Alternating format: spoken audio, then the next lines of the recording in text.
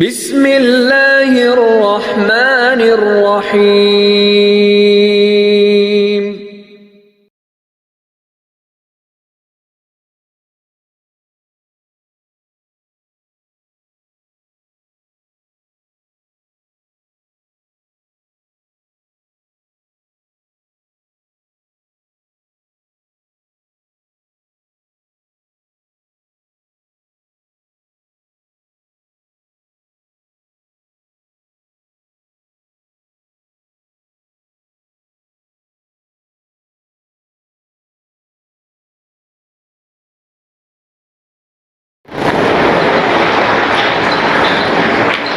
اعوذ باللہ من الشیطان الرجیم بسم اللہ الرحمن الرحیم انما یأمر مساجد اللہ من آمن باللہ والیوم الآخر وإقام الصلاة وآتى الزکاة ولم یخش الا اللہ فعسى اولئک ان یکونوا من المہتدین اجعلتم سقایۃ الحاج وعمارۃ المسجد الحرام کمن آمن باللہ والیوم الآخر وجہاد فی سبیل اللہ لا یستوون عند اللہ واللہ لا یہدی القوم الکافرین صدق اللہ العظیم والمولا الکریم۔ محترم بزرگوں، عزیز ساتھیوں، اور جن تک ابھی ہماری آواز پہنچے گی بھائیوں اور بہنوں، السلام علیکم ورحمۃ اللہ وبرکاتہ۔ قرآن مجید سے سورہ توبہ سے آیت نمبر 18 اور آیت نمبر 19 میں نے آپ کے سامنے تلاوت کی۔ خاص طور پر اس لیے بھی تلاوت کی کہ معاملہ مسجد کی شہادت کے یاد کرنے کا ہے۔ 6 دسمبر 1992 کو بابری مسجد کی جو شہادت ہوئی ناانصافی اور ظلم کے ساتھ، تو وہ شہادت یاد رکھنے کی ضرورت ہے، اور اس کے لیے ملت پر جو فرض باقی ہے وہ بھی یاد کر کے ادائیگی کی کوشش کو جاری رکھنے کا ایک عزم بھی ہم کو رکھنا ہے۔ بابری مسجد کی شہادت کا واقعہ جو آنے والے 6 دسمبر اور موت تک اور اس کی آزادی اور اس کی آبادی تک یاد رکھنے کا ہے۔ اس کی آزادی اور اس کی آبادی تب تک وہ یاد رکھنے کا معاملہ ہے۔ اس کے لیے قرآن مجید سے کیا رہنمائی ملتی ہے، اور جس طرح ایک اہم بات ہم کہنا چاہتے ہیں کہ کعبۃ اللہ بھی قید تھا مشرکوں اور کافروں کے پاس۔ اس کو جس طرح محمد مصطفیٰ صلی اللہ علیہ وسلم نے آزاد کیا تھا اور آباد کیا تھا، اور ایک مرکز بنایا تھا جو ہے وہ پہلے نبی سے، پہلے آدمی سے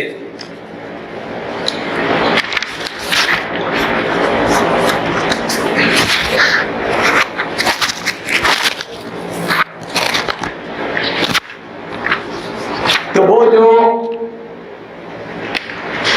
رحمت عالمین محمد مصطفیٰ صلی اللہ علیہ وسلم کی وہ پوری جو تاریخ ہے کعبے کو آزاد کرنے کی، کعبے کو آباد کرنے کی، تو چاہے بابری مسجد ہو یا اور مساجد ہو یا دیگر مساجد کے بارے میں سازشیں تو ان سب کو آباد رکھنے، آزاد کرنے کے لیے وہی طریقہ اختیار کرنا پڑے گا جو محمد مصطفیٰ صلی اللہ علیہ وسلم نے کعبۃ اللہ کو آزاد کرنے اور آباد کرنے کے لیے کیا تھا.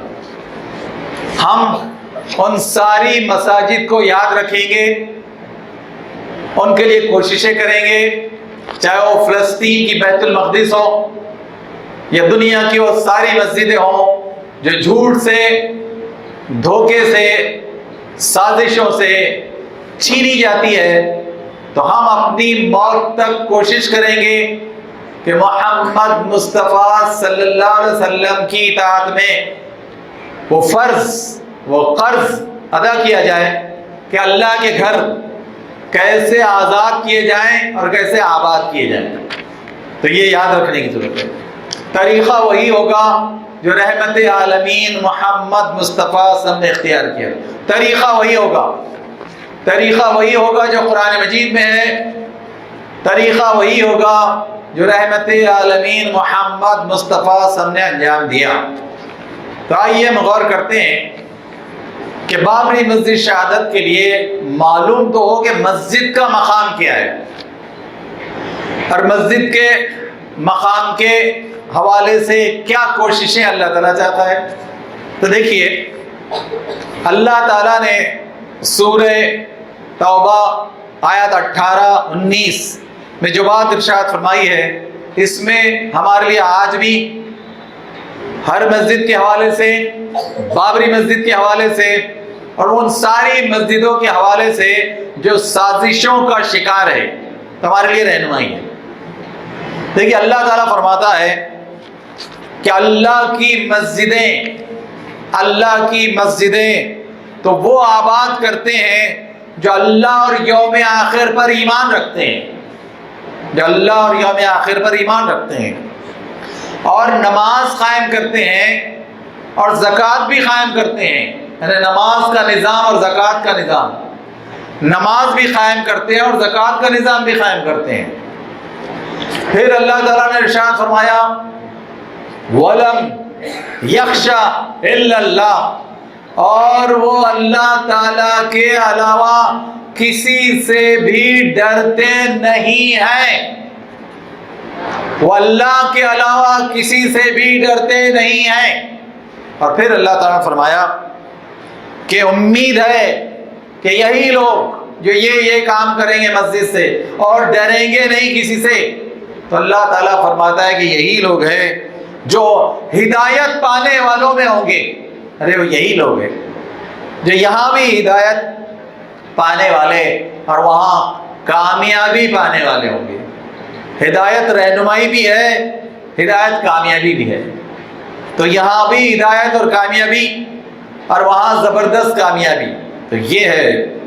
پھر آگے اللہ تعالیٰ ارشاد فرماتا ہے لوگوں نے کیا سمجھ لیا کہ کیا صرف حاجیوں کو پانی پلانا، عمرہ کرانا، مسجد کا چاہے مسجد حرام ہو یا اور مسجد ہے صرف انتظام کرنا، کیا یہ ایسا ہے کہ جیسے اللہ پر ایمان ہو مضبوط ایمان، آخرت پر ایمان ہو مضبوط ایمان اور جہاد فی سبیل اللہ، تو یہ صرف پانی پلانا انتظام کرنا اللہ پر یوم آخر پر اور جہاد کے برابر کبھی بھی نہیں ہو سکتے. یہ اللہ کا فرمان ہے.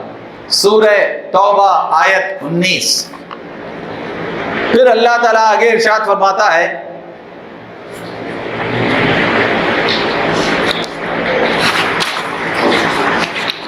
کہ لا یستوون عند اللہ، اللہ کے نزدیک یہ دونوں کام برابر نہیں ہیں.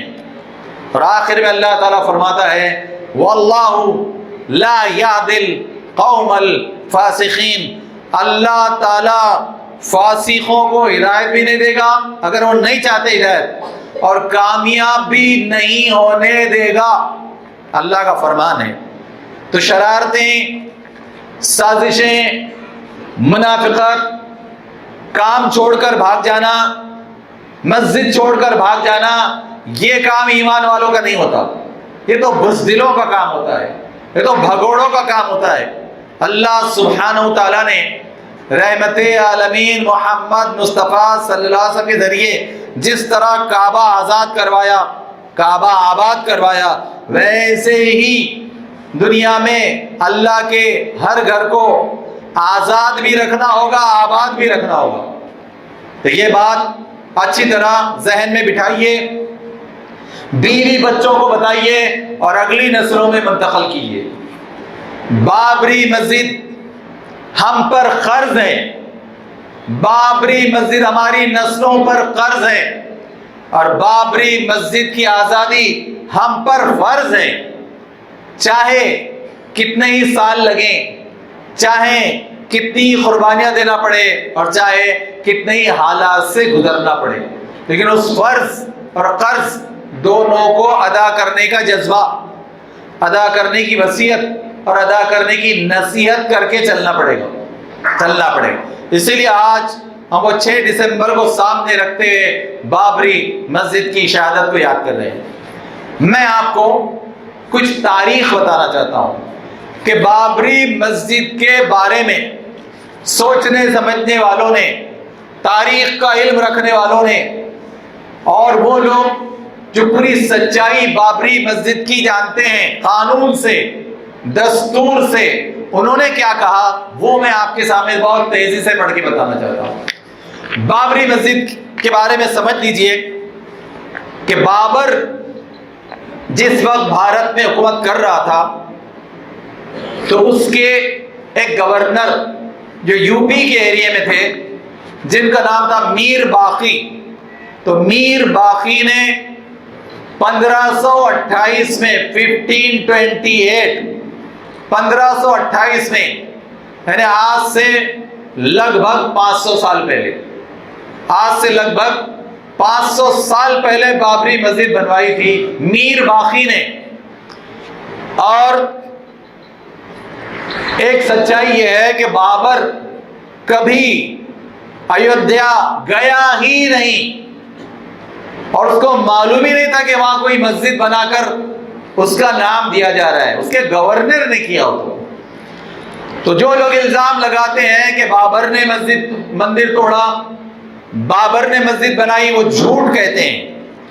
پھر اگلی بات کہ آثار قدیمہ آرکیالوجیکل ڈپارٹمنٹ اس نے صاف قبول کیا کہ بابر کبھی ایودھیا گیا ہی نہیں، اور اس نے مندر نہیں توڑوایا، اور اس کے گورنر نے مندر توڑ کر مسجد نہیں بنائی۔ تو یہ سارے الزامات جو لگائے گئے تو آرکیالوجیکل ڈپارٹمنٹ 1986 سے پہلے یہ ساری رپورٹ دے چکا، 1986 سے پہلے۔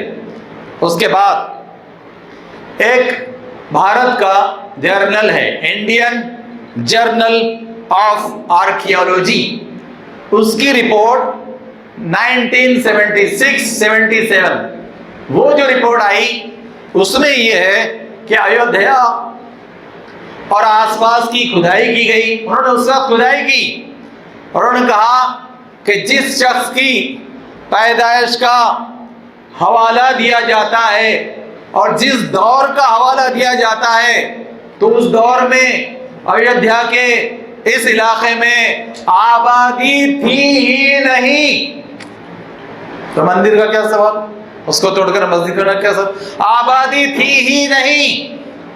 اس کے بعد director general of archaeology survey, اس کے 2 آفیسر، بی لال، نان مسلم ہے، بی لال، دوسرے ہیں KN دکشت، وہ یہ رپورٹ دے رہے ہیں کہ ہم نے جب کھدائی کے نتائج کا سروے کیا، ایودھیا میں بابری مسجد کے اطراف کھدائی کا سروے کیا، تو ہم کو اس بات کی کوئی دلیل، کوئی نشانی نہیں ملی کہ یہ مسجد کسی مندر کو توڑ کر بنائی گئی ہے، وہ کہہ رہے ہیں۔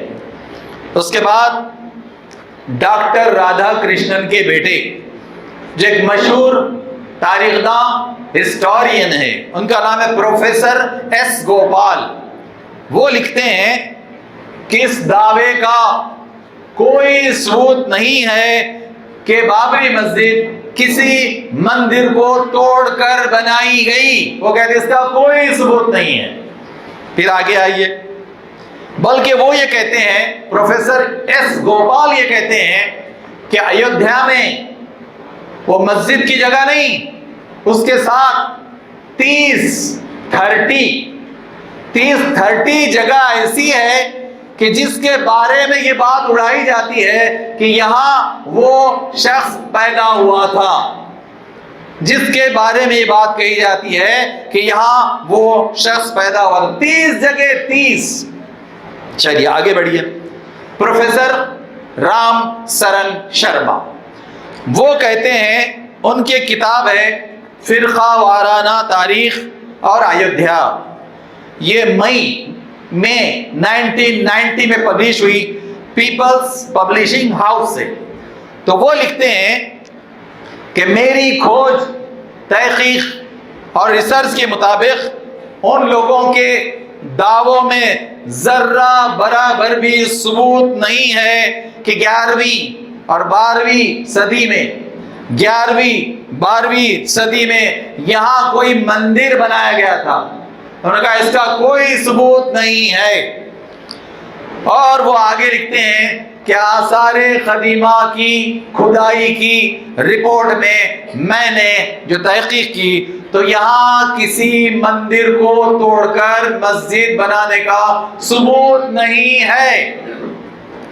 آگے آئیے، آگے جو دلائل ملتے ہیں تاریخ کے ہسٹوریکل فیکٹس، تو اس میں یہ بات ملی کہ Jawahar Lal Nehru university centre for historical studies 24 naan Muslim scholars انہوں نے ایک ڈاکومنٹ جاری کیا، کامن ڈاکومنٹ۔ اس میں انہوں نے لکھا، جو جاری کیا انہوں نے 14 جنوری 1990 اور بابری مسجد کی شہادت 6 جنوری 92 کی ہے۔ اس سے پہلے یہ سارے حقائق آ رہے ہیں۔ انہوں نے 24 لوگوں نے جو ڈاکومنٹ جاری کیا تھا، انہوں نے یہ کہا تھا کہ مورخین، ہسٹورینز، اتہاس کار، محکمہ آثار قدیمہ اور آرکیالوجیکل ڈپارٹمنٹ اور دانشوروں کی تحقیق، وہ جو ریسرچرز ہے، دانشور ہے، ان کی تحقیق صاف ہے کہ بابری مسجد کسی بھی مندر کو توڑ کر نہیں بنائی گئی، لیکن عام لوگوں کو سیاستداں، عام لوگوں کو، عوام کو سیاستداں گمراہ کرنے اور مشتعل کرنے میں لگے ہوئے ہیں۔ یہ 24 لوگوں کی رپورٹ ہے۔ اس کے بعد ایک رپورٹ ہے کہ چرت مانس، اس آدمی کے بارے میں جو ایک کتاب لکھی گئی چرت مانس، تو اس کا لکھنے والا سنت تلسی داس، تو اس نے کہیں بھی اپنی کتاب میں اس کا ذکر نہیں کیا کہ کوئی مندر توڑ کر مسجد بنایا گیا۔ تو چرتر لکھنے والا بھی نہیں لکھ رہا ہے کہ کوئی مندر توڑ کر مسجد بنائی گئی، تو بعد والے کیسے ثابت کر سکتے ہیں؟ جھوٹ کو کیسے سچ کہہ سکتے ہیں؟ پھر اس کے بعد شیر سنگھ اور سریندر کور، انہوں نے ایک کتاب چھاپی تھی، دا سیکولر ایمپیرر بابر۔ یہ انہوں نے لکھا کہ بابر بہت سیکولر شہنشاہ تھا، انہوں نے لکھی۔ تو وہ لکھتے ہیں کہ بابر مندروں کا دشمن نہیں تھا، یہ وہ لکھتے ہیں کہ بابر مندروں کا دشمن نہیں تھا، بلکہ اس نے اپنے لڑکے ہمایوں کو ہدایت کی تھی کہ کسی مندر کو نقصان نہیں پہنچایا جائے اور ان کی دیکھ بھال کی جائے اور عدل اور انصاف، جسٹس اور ایکویلٹی باقی رکھی جائے۔ اور اس نے تو یہاں تک کہا تھا کہ گائے کے گوشت سے بھی اگر ان کے جذبات مجروح ہوتے ہیں تو رکا جائے، یہ اس کی خواہش تھی۔ یہ کوئی اللہ رسول کا حکم نہیں، اس کی خواہش تھی، لیکن ایک خواہش درج ہے، اس میں ایک خواہش درج ہے۔ پھر اس کے بعد پیدائش کا مسئلہ، خیالی آدمی کے پیدائش کا مسئلہ جو اٹھایا گیا وہ 19ویں صدی کا ہے۔ بابری مسجد 500 سال پہلے کی ہے، اور 100 سال پہلے یہ مسئلہ اٹھایا گیا۔ 400 سال تک یہ مسئلہ ہی نہیں تھا جو بنایا گیا، سیاسی مسئلہ 400 سال تک کوئی مسئلہ نہیں تھا۔ 1855 میں اودھ کے نواب واجد علی شاہ نے ایک معاہدے کے ساتھ مسجد سے کئی فٹ دور پوجا کرنے کی اجازت دی تھی ایک چبوترے پر، جس کو بیس بعد میں بنایا گیا۔ تو اس نے 1855 میں صرف پوجا کرنے کی اجازت دی تھی دور کے ایک چبوترے پر، اور بعد میں 1885-86 تقریباً 30 سال بعد رگھویر داس مہنت اور ساتھیوں نے فیض آباد کی عدالت میں مقدمہ ڈالا تھا کہ مسجد کی اصل عمارت 95 قدم دور ہے، چبوترا ہے، اور وہاں شیڈ ڈالنے کی اجازت دی جائے۔ یہ ریکارڈ میں اور گزٹ میں ہے کہ مسجد سے دور چبوترا تھا اور وہاں شیڈ ڈالنے کی اجازت 1885 میں مانگی گئی تھی۔ اس وقت بھی یہ دعویٰ نہیں کیا گیا تھا کہ یہ مندر تھا اور وہ توڑ کر مسجد ہے، اس وقت بھی یہ دعویٰ نہیں کیا گیا تھا۔ تو 1855 میں بھی کوئی دعویٰ نہیں تھا، 1886 میں بھی کوئی دعویٰ نہیں تھا۔ پھر اس کے بعد 22 دسمبر 49 آزادی کے 2 سال بعد صرف چبوترے کے دعوے کو خارج کیا تھا، وہ بھی کورٹ نے خارج کیا تھا کہ شیڈ باضابطہ عمارت کی کوئی اجازت نہیں ہے، کہ صرف چبوترے پر اجازت دی گئی تھی۔ پھر اس کے بعد وہ ایک رات ہے 22 دسمبر 1949 کہ اب زبردستی رات میں مسجد کا تالا توڑ کر مسجد کے ممبر پر 3 مورتیاں رکھی گئی اور چمتکار ثابت کرنے کی کوشش کی گئی۔ یہ ہے تاریخ۔ اور یہ بھی جو ایف آئی آر ہے ایودھیا کی ایف آئی آر، وہاں یہ درج ہے، ایودھیا میں پولیس اسٹیشن میں جو ایف آئی آر ہے 23 دسمبر 1949 کی، وہاں یہ بات درج ہے کہ رات میں چند لوگ گھسے، انہوں نے ممبر پر مورتیاں رکھی اور یہ ڈکلیئر کیا کہ چمتکار ہو گیا، کہ وہ پرکٹ ہو گئے۔ یہ تھا، یہ بہت مختصر میں نے آپ کو باتیں بتائی کہ دیکھیے بابری مسجد 1528 سے بابری مسجد ہی تھی، بابر نے نہیں بنائی تھی، گورنر میر باقی نے بنائی تھی، اور 1855 تک کسی کا اس پر کوئی دعویٰ نہیں تھا۔ دور 95 قدم دور، جو لگ بھگ 100 فٹ سے بھی دور ہوتا ہے، وہاں چبوترے کی اجازت مانگی گئی تھی۔ نواب واجد علی شاہ نے وہ اجازت دی تھی، اس پر شیڈ کی اجازت مانگی گئی تھی، وہ ریجیکٹ ہوئی تھی، اور یہ سازش کی گئی۔ پھر 1949 میں 49 میں آزادی کے 2 سال کے بعد پھر یہ سازش کر کے وہاں پر مورتیاں رکھی گئی تھی۔ یہ ہے تاریخ۔ جو تاریخ آرکیولوجیکل سروے کے پاس ہے وہ مانی جائے گی، جو تاریخ پولیس اسٹیشن میں ہے وہ مانی جائے گی، جو تاریخ سینٹرل گزٹ میں ہے گورنمنٹ کے وہ مانی جائے گی۔ لوگوں کے دعوے کیا ہے، شرارت کیا ہے، طاقت کا استعمال کیا ہے، وہ حقیقت کی دنیا میں مانی نہیں جائے گی۔ دھاندلی ہوگی، دھاندلی کی جائے گی، دھاندلی سے توڑا جائے گا، دھاندلی سے کچھ شروع کیا جائے گا تو وہ کچھ برسوں تک تو رہ سکتا ہے، جب تک اللہ سبحانہ و تعالیٰ اس کو رکھنا چاہے، ہماری کمزوری کی وجہ سے۔ ورنہ جس وقت ہم اللہ سبحانہ و تعالیٰ کی اطاعت پہ اتریں گے، اور جس وقت ہم رحمت عالمین محمد مصطفیٰ صلی اللہ علیہ وسلم کی سچی اطاعت پر اتریں گے، تو تب جس طرح کعبہ آزاد ہوا تھا، آباد ہوا تھا 360 بتوں سے، جس طرح کعبہ آزاد ہوا تھا، آباد ہوا تھا، ویسے ہی بابری مسجد بھی آزاد ہوگی، آباد ہوگی۔ اور وہ ساری مسجدیں بھارت یا دنیا میں جہاں بھی ایسی کوششیں کی جاتی ہے، تو وہاں جب بھی رسول کریم محمد مصطفیٰ صلی اللہ علیہ وسلم کے طریقے پر جدوجہد کی جائے گی تو وہ ساری مسجدیں آزاد بھی ہوگی، وہ ساری مسجدیں آباد بھی ہوگی، اور اس کے لیے کام کرنے والے دنیا میں بھی آباد ہوں گے اور آخرت میں بھی آباد ہوں گے۔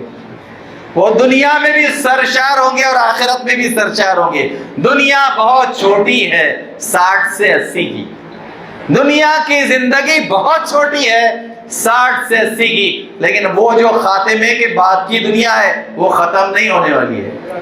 تو لوگوں کو کوشش کرنا چاہیے آخرت کی زندگی کے لیے، اور اللہ سبحانہ وتعالی نے سورہ توبہ آیت 18 اور 19 میں جو ہدایت دی ہے کہ میرا گھر آباد کرو، میرے گھر میں صرف میرا نام پکارا جائے، میرے گھر میں نمازیں قائم کی جائے، میرے گھر میں زکوٰۃ کا نظام قائم کیا جائے، تو وہ ہم کو کرنا ہوگا قیامت تک۔ اس سے فرق نہیں پڑتا کہ کل میں مر جاؤں گا، آپ مر جائیں گے، لیکن کوشش کر کے جائیں گے۔ اللہ سبحانہ و تعالیٰ دیکھنا چاہتا ہے کہ کوشش کرنے والے کون ہیں اور بزدلی سے بھاگ جانے والے کون ہیں۔ اللہ پورا ریکارڈ کر رہا ہے، اللہ تعالیٰ پورا ریکارڈ کر رہا ہے کہ کون حق کے ساتھ ہے اور کون دبک کر بھاگ جانے والا ہے۔ تو جو جیسے عمل کے ساتھ ہوگا اس کو ویسا بدلہ ملے گا، یہاں بھی ملے گا اور وہاں بھی ملے گا، یہاں بھی ملے گا اور وہاں بھی ملے گا۔ اور اللہ تعالیٰ نے صاف فرمایا وَلَمْ يَخْشَ إِلَّا اللَّهُ، لوگوں کو اللہ کے سوائے کسی سے ڈرنا ہی نہیں چاہیے۔ ڈرنے کا سوال ہی کیا، جب کائنات اس کی ہے، کائنات اس کی ہے، زمین بھی اس کی ہے، ملک بھی اس کے ہیں، عارضی حکومتیں آتی ہے اور جاتی ہے، عارضی حکومتیں 5 کی 10-15 کی آتی ہے اور جاتی ہیں، لیکن اصل حکومت اللہ سبحانہ و تعالیٰ کی چلتی ہے۔ اللہ نے فرمایا نا ان الحکم الا للہ، ارے حکم تو صرف اللہ کے لیے ہے۔ غلاموں کو موقع ملتا ہے 5-5 10 سال کا، غلاموں کو موقع ملتا ہے 5-5 10 سال کا، لیکن حکومت تو اللہ کی ہوتی ہے۔ ذرا کہ اعلان سن لیجیے، بات کو بعد میں کمپلیٹ کرتا ہوں۔ دیکھیے میں بہت تیزی سے یاد دلانا چاہتا ہوں کہ میں جب بھی مسجد آتا ہوں میرا دل باغ باغ ہو جاتا ہے۔ مسجد جمیل بیگ، جمیل خوبصورتی کے لیے بھی استعمال ہوتا ہے، خوبصورتی، تو اس کی خوبصورتی مسجد جمیل بیگ کی اس کے کاموں سے، عمارت سے بھی ہے لیکن اس کے کاموں سے ہے۔ جناب معمولی بات ہے کیا کہ 1200 سے 1600 لوگوں کو، مریضوں کو، ان کے ساتھ والوں کو روزانہ کھانا پہنچایا جائے۔ 12 سے زیادہ ہاسپٹل میں کوئی معمولی بات ہے؟ لوگ 1-500 کا ولیمہ کرتے ہیں، 10 سال ٹیڑے رہتے ہیں۔ یہاں سے 1200 سے 1600 لوگوں کا کھانا 12 سے 14 ہاسپٹلز میں یہاں سے کھانا جاتا ہے۔ ایک کام۔ دوسرا بڑا کام، جو لوگ آتے ہیں رہنے کے لیے جگہ نہیں ہے، مریض ہے، مریض کے ساتھ والے مسافر، ان کے لیے رہنے کا انتظام، مردوں کے لیے بھی اور عورتوں کے لیے بھی نیچے رہنے کا انتظام، کھانے کا انتظام، اور پھر یہاں سے پانی کا انتظام، یہاں سے لوگوں کو روزگار کے لیے رہنمائی کا انتظام، یہاں رشتوں کے سلسلے میں ایک بڑا دفتر کام کر رہا ہے۔ رشتوں کے یہ بہت بڑا مسئلہ ہے ہماری ملت کا کہ رشتے، اس کے سلسلے میں، نسبت کے سلسلے میں صحیح جوڑ، صحیح تحقیق نہیں ملتی، لوگ پریشان رہتے ہیں، اور ہماری سینکڑوں ہزاروں بہنیں بیٹیاں بیٹھی ہوئی ہیں۔ مسجد جمیل میں ایک بہت اچھا سلسلہ ہے کہ آئیے دیکھیے آپ کے بچے کا، آپ کی بچی کا بایو ڈیٹا دیجئے اور دیکھیے کوئی اچھی مناسب نیک لڑکی کیجئے، نیک لڑکا کیجئے، وہ برابر جاری ہے۔ پانی کا انتظام ہے کہ جو بھی صاف پانی لے کر جانا چاہتا ہے جائے۔ ایک اور انتظام انہوں نے کیا کہ جو غریب لوگ ہیں جن کے پاس میت ہونے کے بعد چیزیں لانے کے لیے، کرسیاں لانے کے لیے انتظام ہے، تو یہاں سے فری میں لے جائیے، فری میں یہاں سے فری میں لے جائیے۔ تو اتنے زبردست انتظام کیا، اور جو دعا مجھے اور آپ کو کرنی ہے کہ جنیرک میڈیسن کا بھی یہ شروع کرنا چاہتے ہیں، جنیرک میڈیسن، رعایتی دوائیں، اللہ کرے وہ جلدی سے روب عمل آ جائے۔ تو وہ سب یہ کام کر رہے ہیں۔ اب میں کیا کروں، پھر آپ کیا کریں؟ آپ یہ سب تو کام نہیں کر رہی ہے جو جیالے کام کر رہے ہیں اپنی زندگیاں لگانے کے، میں اور آپ ان کو اپنا حصہ دیں گے رقم کا۔ اپنی رقم کا حصہ دیں گے. ہم اناج پہنچائیں گے, ہم دالیں پہنچائیں گے, ہم کو تیل پہنچائیں گے کہ ہاں ہمارا بھی نام ہو جائے اللہ کے پاس, لوگوں کے پاس نہیں, اللہ کے پاس, کہ ہاں یہ بھی درد مند تھا, یہ بھی درد مند تھے, ان کے پاس بھی درد تھا, 1200 سے 1600 لوگ ہو گئے, اللہ ہمارا بھی تو کچھ حصہ رکھ اس میں, ہم کو بھی وہاں عطا کر, ہم پر بھی مہربانی کریے. جیسے 1600 سے لوگ مہربانی کر رہے ہیں روزانہ, تو ہم بھی اپنا حصہ لگانا چاہتے ہیں. تو آپ اب یہ لوگ نکل رہے ہیں جو دینا چاہتے ہیں, یاد دیجئے بڑی رقم ہے, آپ رسید لگا لینا چاہتے ہیں تو وہاں آفس سے رسید دیجئے, اور پورے ہفتہ بھر سال بھر آپ جب جو دینا چاہتے ہیں ان کو لا کر دیجئے. اللہ تعالیٰ موت تک ہم کو یہ کام کرنے کی توفیق عطا فرمائے. اور یہ کام دیکھیں, مسجد کے سلسلے کا اور اہم بات میں یاد کر رہا تھا کہ بابری مسجد ہو یا اور مسجدیں ہوں, کس طرح چلنی چاہیے, جس طرح محمد مصطفیٰ صلی اللہ علیہ وسلم اس کو چلاتے تھے. کیا کیا کام تھے وہاں, میں آپ کو ایک لسٹ پڑھ کر سناتا ہوں. صرف دیکھیے, رحمت عالمین محمد مصطفیٰ صلی اللہ علیہ وسلم جو کام کیے مسجد نبوی سے, اور جو مرکز دیا دنیا والوں کے لیے کہ مسجد کیسی ہونا چاہیے. تو مسجد اللہ سے بندوں کو جوڑنے کا گھر, نمبر 1. دوسرے, بندوں کو بندوں سے جوڑنے کا گھر. تیسرے, مرکز ہدایت, مرکز خلافت, مرکز خلافت اور مرکز رحمت. مرکز رحمت مسجد کیسی ہونا چاہیے, مرکز قرآن و حدیث کہ قرآن و حدیث کی تعلیم ہو, مرکز مدرسہ اور یونیورسٹی. کیسے؟ محمد مصطفیٰ صلی اللہ علیہ وسلم نے مسجد نبوی میں مدرسہ صفا اور جامع صفا, یونیورسٹی صفا قائم کیا تھا. تو مسجد ایسی ہونا چاہیے, اپنے گھر کے اطراف کی مسجدوں کو, بھارت کی مسجدوں کو ایسا بنانا ہے. پھر مسجد سماجی معاملات کا مرکز, مسجد معاشی معاملات کا مرکز, مسجد معاشرتی معاملات کے ایک دوسرے سے تعلق اس کا مرکز, مسجد پارلیمنٹ کہ سیاسی معاملات کی رہنمائی مسجد نبی سے ہوگی اور ہر مسجد سے ہوگی, ہونی چاہیے. مالی امور کی رہنمائی کہ بیت المال ہوگا, غریبوں کو ضرورت مندوں کو دیا جائے گا, اور وہ سورہ توبہ کی آیت 60 میں زکوٰۃ کے جو 8 مصارف ہیں, 8 ہیڈز, اس کے تحت تقسیم ہونا چاہیے اجتماعی طور پر. پھر مرکز دارالخزا کے معاملات جو ہیں ادھر ادھر مت دی جائیے, اور ہماری بہنوں کو بھٹکنے مت چھوڑ دیجیے ادھر ادھر کورٹ میں, یہاں کے وہ معاملات حل کیجیے, طلاق کے, خلا کے, دیگر یہاں کے حل کیجیے. تو ایسا مرکز. سپریم کورٹ, رحمت عالمین کی مسجد ہے سپریم کورٹ, اس کو کورٹ بنائیے, کورٹ. پھر اس کے بعد دارالصحت, مسجد نبوی میں ورزش بھی ہوتی تھی, کمالات سکھائے جاتے تھے کہ جنگ کے لیے, صحت کے لیے کیا چیزیں وہاں سے سکھائے جاتے تھے. مسجد دارالکثرت, ایکسرسائز کیسی بہترین ہو وہاں سے سکھایا جاتا تھا. پھر اس کے بعد مسجد اللہ کے رسول کے دوران مرکز سفارت, ایمبیسی تھی, ایمبیسی کہ اگر الگ الگ ریاستوں کے ملکوں کے لوگ وہاں آ کے ملتے تھے اور ان کو دعوت اور رہنمائی کی جاتی تھی. پھر مرکز اصلاح تھی, تعدیب تھی کہ درست کرو اپنے آپ کو, درست کرو. تو آپ کو حیرت ہوگی کہ مسجد نبوی میں غزوہ بدر کے موقع پر جو کافر پکڑے گئے تھے 70, تو ان کو مسجد کے ممبروں سے باندھا گیا تاکہ ان کو اچھی طرح معلوم ہو کہ مسجد کیا ہوتی ہے, عبادت کیا ہوتی ہے, اور یہاں کتنی نرمی سے اور اچھے کردار کے لوگ رہتے ہیں. تو قیدیوں کو وہاں باندھا گیا اور وہ سارے قیدیوں نے اسلام قبول کیا, انہوں نے اسلام قبول کیا. تو ایسے کئی مراکز مسجد ہوتی ہے. اور آخر میں جو بات میں آپ سے کہنا چاہتا ہوں, دیکھیے یہ کہ ہم کو یہ بات اچھی طرح یاد رکھنی ہے کہ اللہ سبحانہ و تعالیٰ نے وہ جو بات ارشاد فرمائی سورہ توبہ آیت 24, وہ آیت کبھی مت بھولیے کہ اللہ نے ارشاد فرمایا جو بابری مسجد شہادت کے لیے بھی کام آئے گی, آزادی کے لیے بھی کام آئے گی, اور مسجدوں کے ساتھ جو فتنے پھیلائے جا رہے ہیں تو ان کو بھی آزاد اور آباد رکھنے کے لیے کام آئے گی. تو وہ آیت آخری میں سن لیجیے.